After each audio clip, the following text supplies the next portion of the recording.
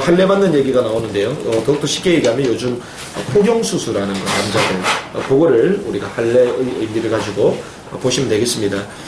지난주에 그 복음으로 재창조되는 아브라함 이 말씀을 주셨습니다. 복음으로 재창조되어진다.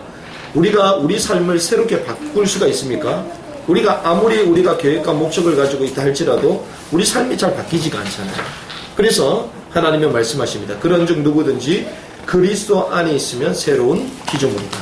이전 것은 지나갔으니 보라 새 것이 되었도다. 이 말씀을 붙들고 재창조의 축복을 누리는 우리 복음인 가족들이 되시기를 주님의 이름으로 축복합니다. 특별히 설명절을 맞이했는데요. 우리가 가족과의 만남이 있었습니다. 또 저도 몇 년 만에 또 친구들하고 또 밤늦게 이렇게 만났고요. 그리고 또 시간이 조금 나길래 또 영린이라는 또 영화를 또 TV에서 하더라고요. TV에서 또 봤습니다. 영화를 안 보다가 또 보니까 또 재밌더라고요. 영린이요? 영린이라는 영린. 예, 영화를 봤는데 그 현빈이 왕으로 나오잖아요. 그래서 제가 그걸 보면서 느꼈던 게 이 정조왕의 역할을 이렇게 하는데 실제 스토리하고는 조금은 다릅니다. 물론 암살 사건이 있었지만 아주 허무하게 암살 사건이 끝이 났거든요. 그런데 지금 그 스토리를 보니까 자기의 가장 원수리였던 우리로 말하면 국방부 장관 그 장수도 자기한테 돌아오고 보니까 자기의 누가 됩니까? 할머니 되는 분도 돌아오고 이런 일들이 막 벌어지잖아요. 실제로는 그렇지는 않습니다. 실제 역사에는요. 그런데 영화를 보면서 제가 느꼈던 게 이 영린에 나오는 이 정조왕은 재창조된 삶이다. 재창조. 왜 그렇습니까? 아버지가 사도세자 죽었잖아요. 고통 가운데 개혁을 추진하다가 결국에는 죽었거든요. 그런데 그걸 보면서 상처를 다 가지고 자랐을 거 아닙니까? 그런데요, 그 영화를 보면요, 자기 아버지를 죽였던 장군도 용서합니다. 그러면서 나와 함께 하겠느냐. 나중에 함께 하잖아요. 야, 그걸 보면서 이 왕이 참 대단하구나. 재창조된 인생이구나. 우리가 재창조되지 않으면요, 늘 과거에 묶입니다. 늘 상처에 묶이고요. 늘 옛날에 그 과거에 그 있었던 그 사건, 그 이미지 이런 것들을 가지고 있습니다. 그러니 설명절이 되면요 재미난 사실이 있습니다. 가족이 이제는 미래에 어떻게 할 거냐, 우리가 어떻게 살아야 될 것이냐 이런 계획을 짜고 이래야 될 것인데 설명절만 되면 서로 막 싸우는 가정들이 있어요. 술만 마셨다 하면 네가 옛날에 어쩌고 저쩌는데 섭섭했던 것들 막 섭섭만가 역사하기 시작합니다. 그러면서 조상 얘기를 하기 시작하고요.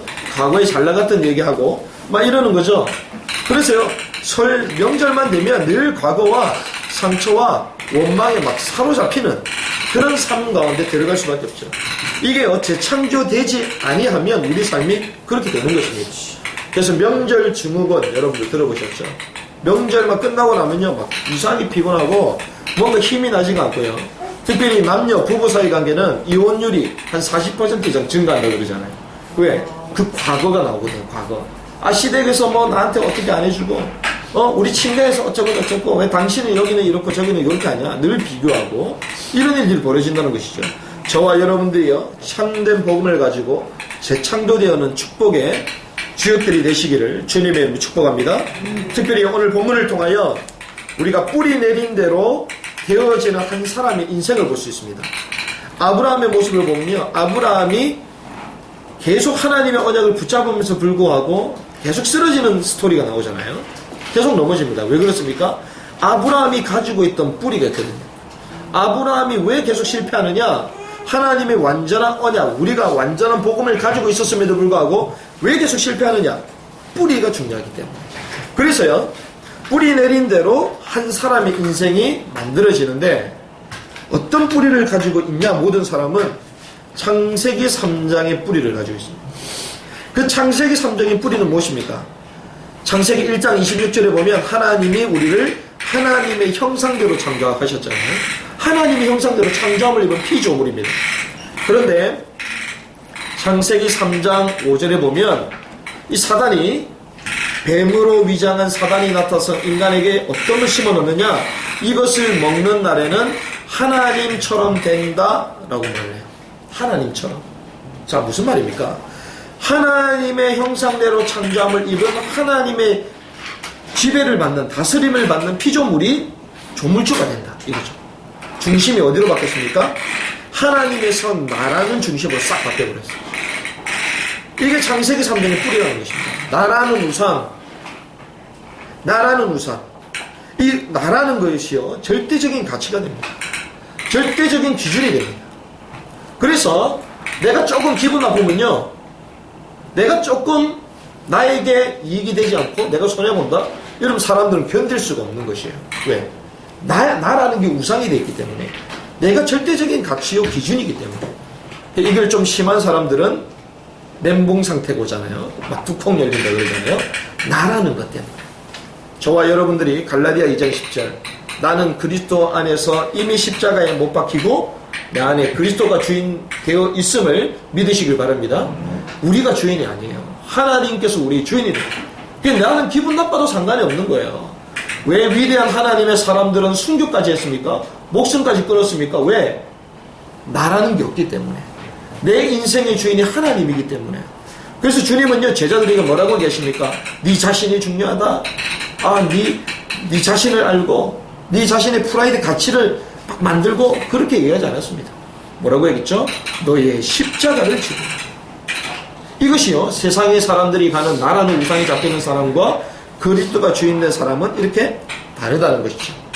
이 나라는 이 개인 문제, 이 근본 문제에 걸려들었습니다. 이것이 창세기 3장의 뿌리를 탁 내리고 있었던 거예요. 이게 아브라함의 문제였습니다. 근데 이 아브라함이요, 뿌리 내렸으면요, 이 뿌리가 어떤 과정을 거칩니까? 하나의 배경을 타고 또 계속 뿌리를 내리게 되거든요.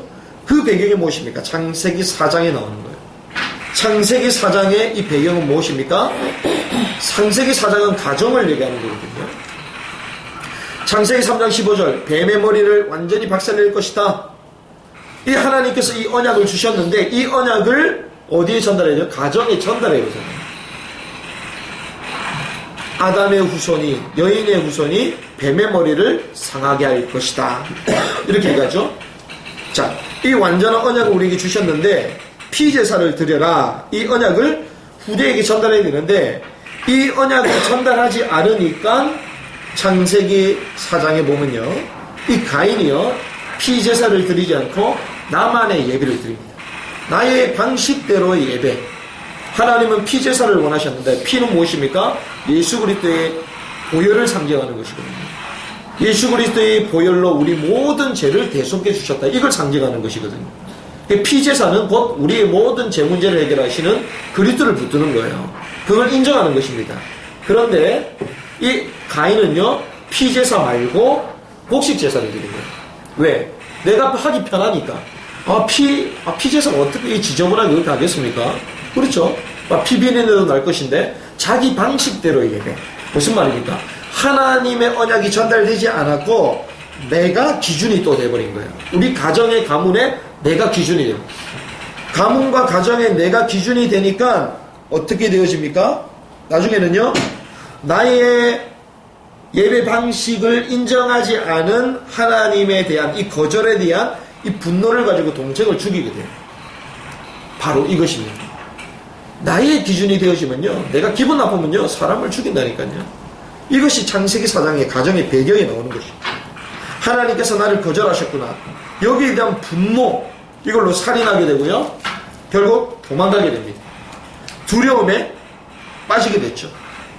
이것이 창세기 4장 이 가정 문제에 딱 걸려드는 거예요. 이게 사단이 가정 문제에 딱 잡히도록 이 배경적인 문제를 같이 타고 있는 거예요. 그래서 우리가 복음으로 충만하지 않고 우리가 이런 가정 가운데 살아보면 나도 모르게 이 배경을 통하여 이 뿌리가 계속 내려간다는 것입니다. 그런 가운데 이제는 각인되어집니다. 이 각인은 무엇입니까? 창세기 6장이에요. 창세기 6장. 성경은 보면 이렇게 합니다. 창세기 5장 3절의 말씀 보면 아담이요, 자기의 자녀들을 낳는데 자기 형상대로, 자기의 모양대로, 하나님의 형상대로 창조했다, 생산했다, 이 말입니다. 그런데 창세기 6장에 넘어가면요, 창세기 6장 2절에서 3절 보면 세상의 딸들이, 하나님의 아들들이 세상의 딸들을 사랑했다. 자, 세상의 형상을 따랐다, 쉽게 얘기합니다. 하나님의 형상, 하나님의 형상대로 창조하던 하나님의 백성이 하나님의 형상을 창조하준 하나님의 사람들과 함께 살아야 될 것인데 누굴 사랑해요? 세상의 딸들을 사랑해요. 하나님의 형상이 없는 세상의 사람들을 사랑했다. 무슨 말입니까? 하나님이 원하시는 이 언약보다 물질과 쾌락을 선택해요. 쾌락. 이것이요, 각인되어지는 거예요. 나라는 뿌리가 있죠. 또 이 가정의 문제를 통하여 계속 뿌리를 내리게 됩니다.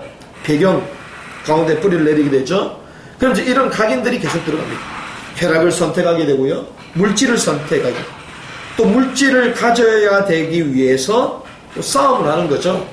그래서 그 당시에 용사다라고 해요. 전쟁광이 될 수밖에 없는 거예요. 힘 있는 사람이 지배할 수밖에 없기 때문에. 힘이 있어야지 아름다운 여자를 취할 수밖에 없기 때문에. 그러니요, 힘 있는 사람이 되어서 가장 많은 쾌락을 즐기러 가는 것이죠. 근데 재미난 사실, 성경에 보면요, 이때 노아 홍수 사건이 있기 전이었는데 이 인간의 연수는 몇이라고 해야 됩니까? 120살이다. 여기서부터 나옵니다. 그 전까지는 오래 살았는데 이때부터 얘기합니다. 우리 성경 한번 찾아볼까요? 6장의 말씀 보시면 6장 3절 말씀.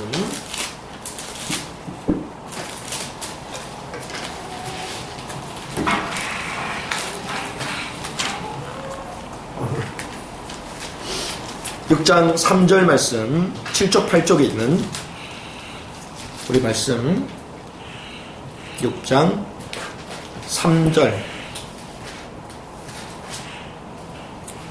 1절에서 보면 사람이 땅에 번성 시작했죠. 딸들이 낳습니다. 2절에서 3절 같이 있습니다. 시작. 하나님의 아들들이 사람의 딸들의 아름다움을 보고 자기들이 좋아하는 모든 여자를 아내로 삼는지라. 여호와께서 이르시되 나의 영이 영원히 사람과 함께하지 아니하리니 이는 그들이 육신이 됨이라. 그러나 그들의 날은 120년이 되리라 하십니다. 자, 그렇습니다. 육신과 죽음의 문제에 딱 걸려들었어요. 그렇죠.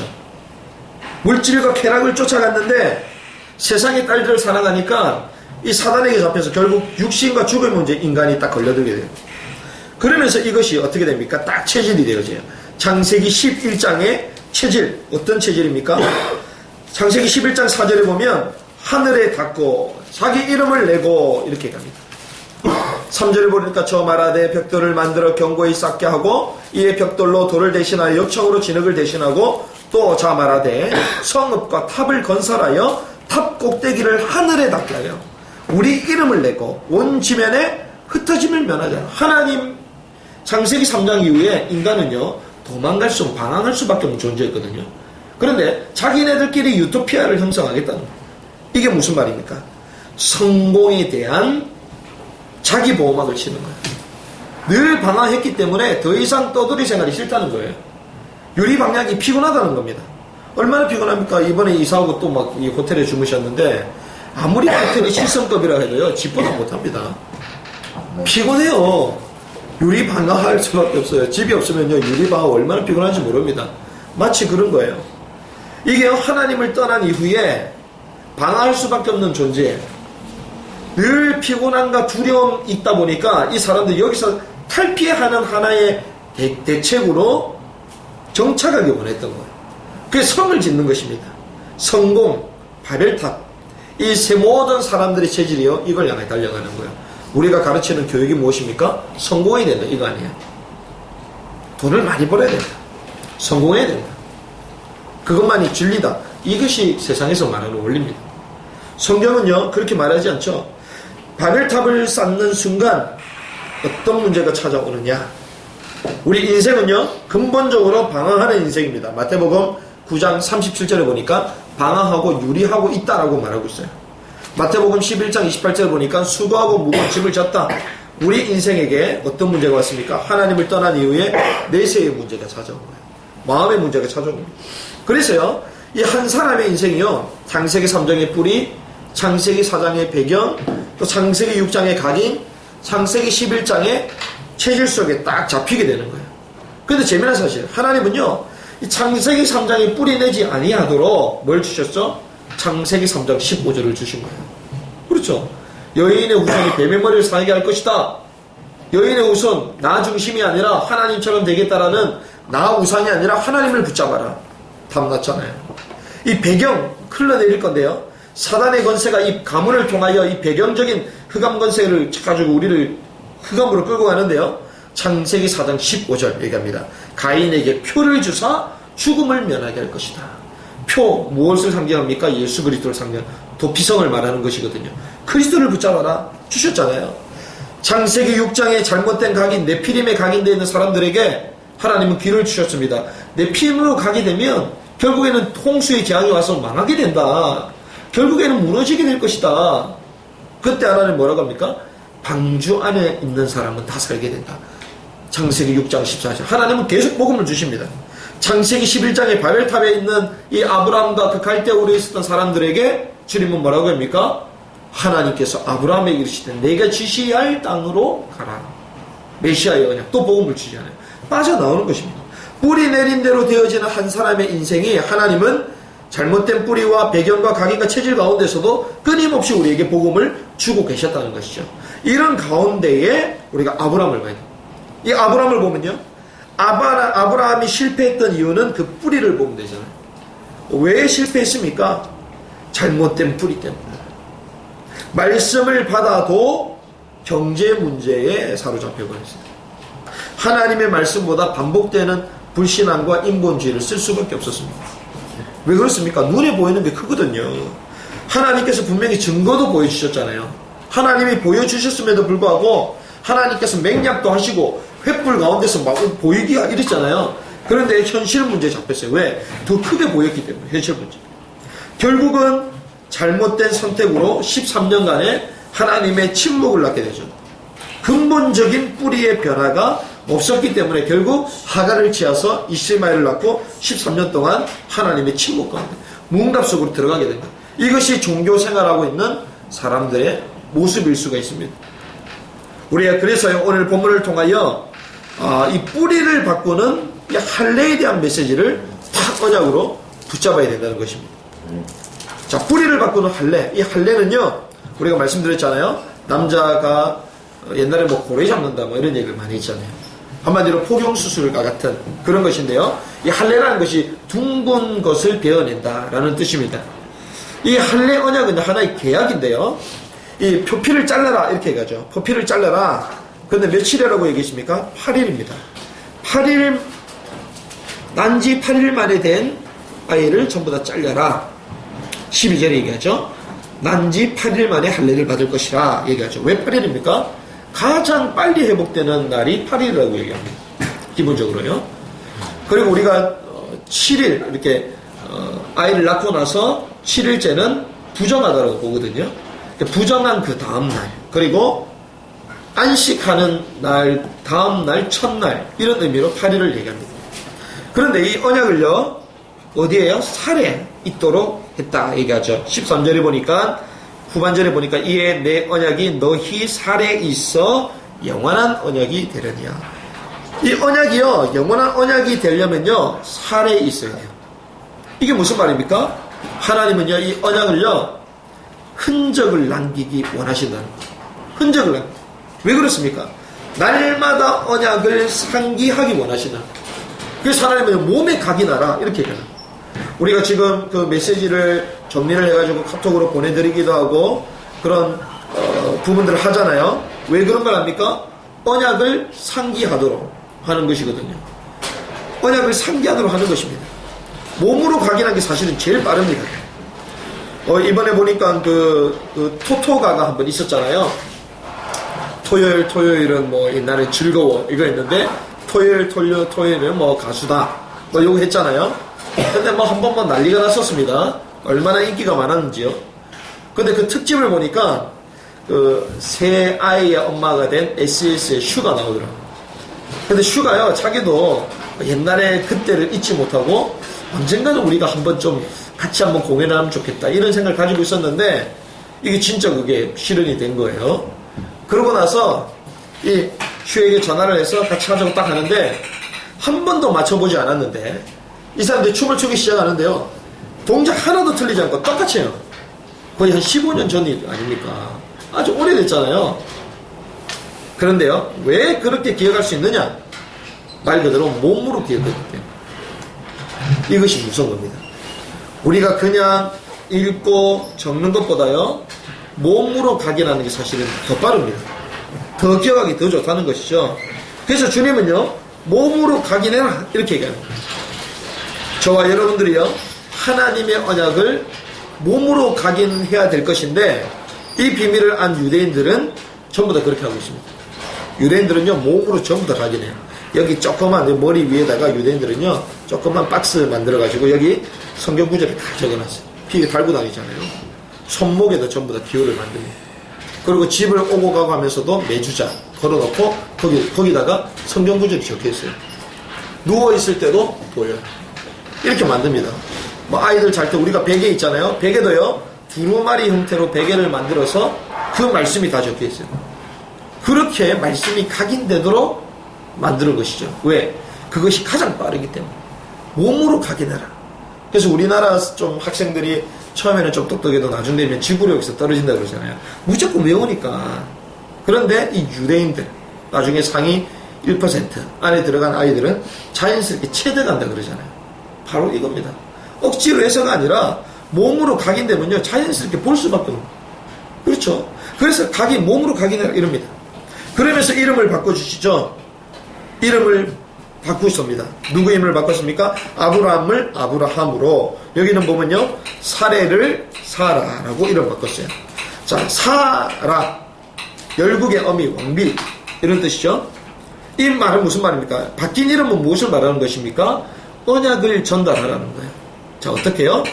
분명히 하나님께서 사라에게 나타나서 이름을 바꾸라라고 얘기하셔야 될 거 아니에요? 근데 누구에게 전달하죠? 아브라함에게 전달해요. 아브라함이 이 언약을 받았습니다. 그래서 자기 아내한테 가서 하나님이 당시 이름을 사레라고 아니고 사라라고 하라고 하더라 얘기해야 될 거 아닙니까? 이 말을 전달하라고 얘기합니다. 아브라함이 사라에게 전하는 것입니다. 이 말은 가장 가까운 사람에게 가장 소중한 사람에게 언약이 각인되도록 하라는 것입니다. 그렇죠? 직접 얘기하는 거예요. 하나님이 나타나서 바로 하시면 될 것인데 하나님이 바로 나타나신 것이 아니라 아브라함을 통해서 사라에게 전달하기 원하셨던 거예요.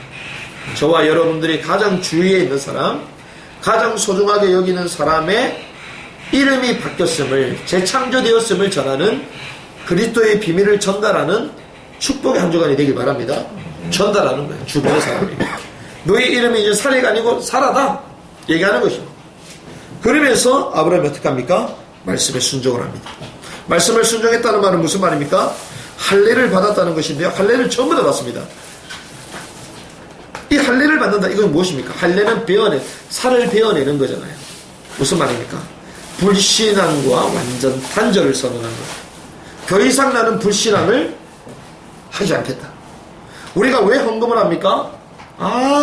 내가 물질 중심의 인생에서 하나님 중심의 사람으로 나의 모든 물질을 하나님께 드리겠습니다. 그 신앙 고백이 헌금하는 것이거든요. 그렇죠?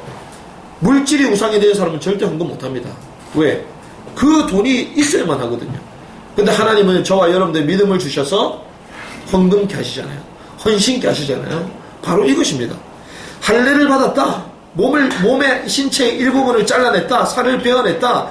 불신앙과의 단절, 결단하는 것입니다. 신앙생활은 결단이거든요. 신앙생활은 순종하는 것입니다.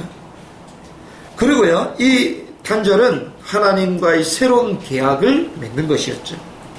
그런데 재미난 사실은 아브라함이요, 자기 혼자 하지 않았습니다. 우리 같았으면요, 일단 혼자 해볼 거 아닙니까? 알겠습니다, 하나님. 나 혼자만 할 것인데 어떻게 했습니까? 모든 사람들, 자기가 이방 가운데서 사온 사람들, 종들, 가족들 전부 다 27절에 보니까 그 집의 모든 남자 곧 집에서 태어난 자와 돈으로 이방 사람에게서 사온 자가 다 그와 함께 할례를 받았더라. 모든 사람에게. 무슨 말입니까? 공동체 전체가 할례를 받았는데요. 이 말은 주위의 모든 사람을 언약 체결케 하라 이 말입니다. 나 주위에 있는 모든 사람이 이 복음의 언약 속으로 들어오게 만들어라. 이것입니다. 저와 여러분들에게 그런 복음의 영향력이 주변에 전달되는 축복이 있길 바랍니다. 이 언약 체결의 주역이 되도록 만들어라. 나 혼자 하지 말고. 바로 이것이죠. 말씀을 정리를 하겠습니다. 우리가 할례는요, 갈라디아서 6장 17절의 말씀 보면 이런 얘기가 사도 바울이 고백하죠. 나는 그리스도의 흔적을 가졌다. 이 얘기를 해요. 아브라함이요, 지금까지는 하나님의 언약 가운데 쭉 살아왔지만 사실은 무언가 말할 수 있는 흔적이 전혀 없었잖아요. 그런데요, 이 아브라함이 할례를 받고 난 이후에 자기 몸에 그리스도의 흔적을 가졌습니다. 그렇죠. 사도 바울도요, 자기가 그리스도의 흔적을 가졌습니다. 어떤 흔적입니까? 40에 한 대를 감한 39대를 맞는 곤장에 맞는 그 채찍에 맞았던 그 흔적들을 가고, 고통, 그리스도로 말미암아 찾아왔던 이 고난을 겪었던 흔적을 몸에 지니고 있었습니다. 사도 바울이. 그래서 갈라디아 교인들에게 얘기를 하는 거예요. 내게는 그리스도의 흔적이 있다. 말로만 하나님 사랑한다고 하지 말고 진짜 그리스도의 흔적을 가진 사람이 전도 제자다. 이 말을 한 거죠. 자, 아브라함이 할례가 했습니다. 흔적이 생겼습니다. 이 말이 무슨 말입니까? 이 말은요, 나의 구원 스토리가 있어야 되는. 그렇죠. 나도 다른 사람에게 이 흔적을 보여줄 수 있는 스토리가 있어야 돼. 스토리가 있어요. 바로 이것입니다. 제가 기도하고 있는 가운데 저는 사실 결혼도 못할 줄 알았거든요. 근데 하나님이요, 또 감사하게도 이 중국 복음화를 할 수 있는 아내를 또 만나게 해주셨죠. 그래서 2 자녀를 낳고 지금 살고 있는데, 제가 여러 가지 부분 가운데 결혼을 결단할 수 있었던 중에 하나가 무엇이었냐면요, 이런저런 얘기를 듣다 보니까 집사람이요, 이 복음 전하는 것 때문에 공안에 끌려간 적이 있어요. 공안에. 우리로 말하면 감옥입니다. 감옥에 끌려갔어요. 복음 전하는 것 때문에, 이것 때문에. 그때 제 마음에 어떤 확신이 들었냐, 이런 여자면 된다. 이런 여자면 된다. 이 정도의 여자면 중국 복음 할 수 있겠다. 이 정도의 여자면 함께 갈 수 있겠다. 제가 그걸 본 거예요. 근데 지금 어떻습니까? 지금 어떻습니까? 더 중요한 일을 할 줄 믿습니다. 아멘. 그리스도의 흔적. 그리스도의 흔적과 이 복음에 대한 스토리가 내게 있어야 되는 거예요. 그렇죠? 그냥 남들이 예수 믿기 때문에 내가 예수 믿는다, 이게 아니라 하나님이 나에게만 주신 증거가 있어야 된다는 거예요. 저와 여러분들이 이 그리스도의 흔적, 이 복음의 흔적을 가지는 축복의 전도자가 되길 바랍니다. 그래서 사도 바울은요, 늘 가는 곳곳마다 나의 담에색에 대한 얘기를 해요.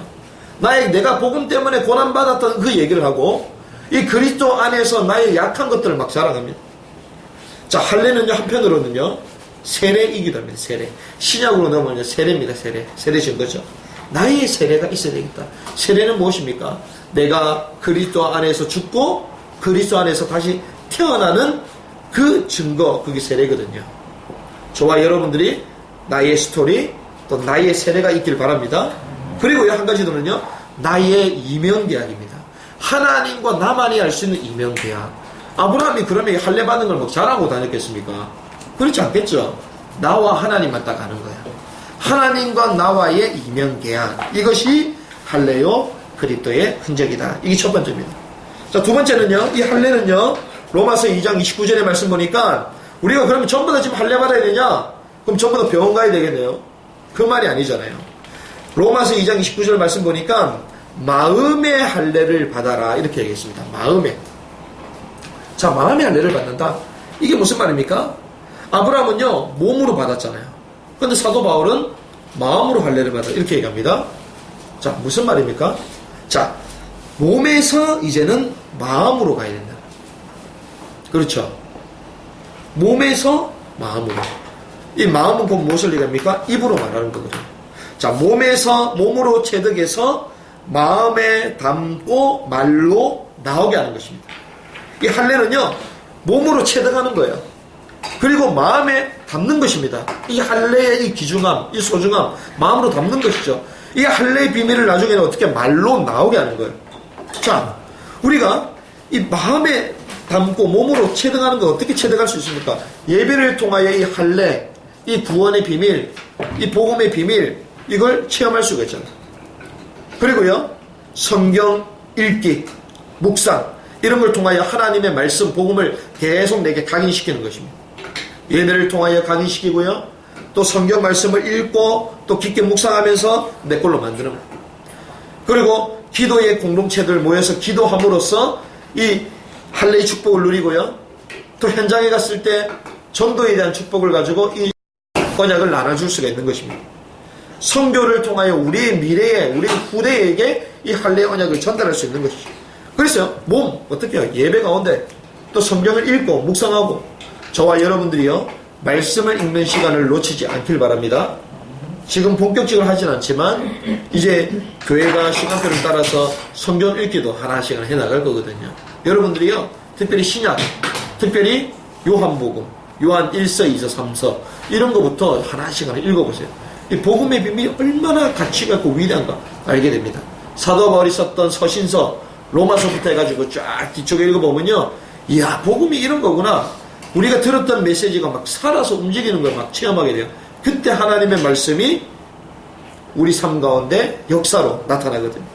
예배에 함께 하시고, 또 성경 읽기에 묵상하시고, 그리고 기도하는 일에 중심을 담으시고, 현장 가운데 전도의 비밀을 통하여 이 사실을 전달하시고, 후대 미래를 바라보며 선교를 하는 귀중한 축복이 있어야 된다는 것이죠.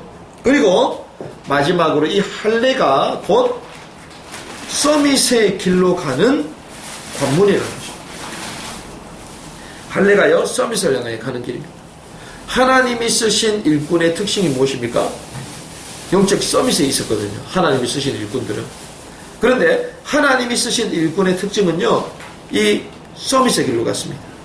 할례 받았다는 것이죠. 자기 증거가 있었다는 것입니다. 자기의 스토리가 있었다는 거예요. 그래서요, 서밋으로 가는 최고의 길이 뭐냐? 할례. 복음의 흔적을 가지는 것이다. 나의 스토리를 가지는 것이다. 이것이 하나님이 쓰신 일꾼들의 특징이라는 것입니다. 오늘 특별히 창세기 17장, 우리가 지난주 또 이번 주 연애에서 17장 말씀을 묵상했습니다. 하나님이 저와 여러분들을 아브라함이라고 재창조하셨습니다. 그러면서 하나님은 할례 언약, 너에게 이제는 더 이상 뿌리와 배경과 각인과 잘못된 체질 속에서 묶여나가는 그 창세기 3장에 들어가지 말고 이제는 너에게 완전한 복음에 집중할 수 있는 할례의 언약을 주겠다. 할례를 받아라. 그 언약은 절대로 지워지지 않는 것이다. 우리에게 뿌리를 바꾸는 할례의 각인을 주셨습니다. 복음의 흔적을 주셨다는 것이죠. 이번 한 주간 하나님 주신 말씀을 붙들고, 하나님, 나에게 그리스도의 흔적이 있게 하여 주시옵소서. 나의 복음의 스토리, 나의 세례, 나의 이면계약이 있게 하여 주시옵소서. 하나님의 그 할례가 하나님 내 마음을 통하여 내 입으로 나올 수밖에 없는, 그래서 하나님 내 몸으로 하는 할례는 무엇입니까? 예배 가운데 들어가게 하시고, 말씀을 읽고 묵상하게 하시고, 기도의 비밀을 통하여 이 말씀이 나의 것이 소화되게 하시며, 현장 속에서 이 말이 전달될 때에 할례의 능력이 나타나게 하시며, 미래의 후대에게 전달할 수 있는 선교를 통하여 후대와 미래를 살리는 축복된 할례의 비밀을 전달하는 전도자의 영적 서밋의 자리에 서게 하여 주시옵소서. 이 언약을 붙들고 승리하는 한 주간이 되시기를 주님의 이름으로 축복합니다.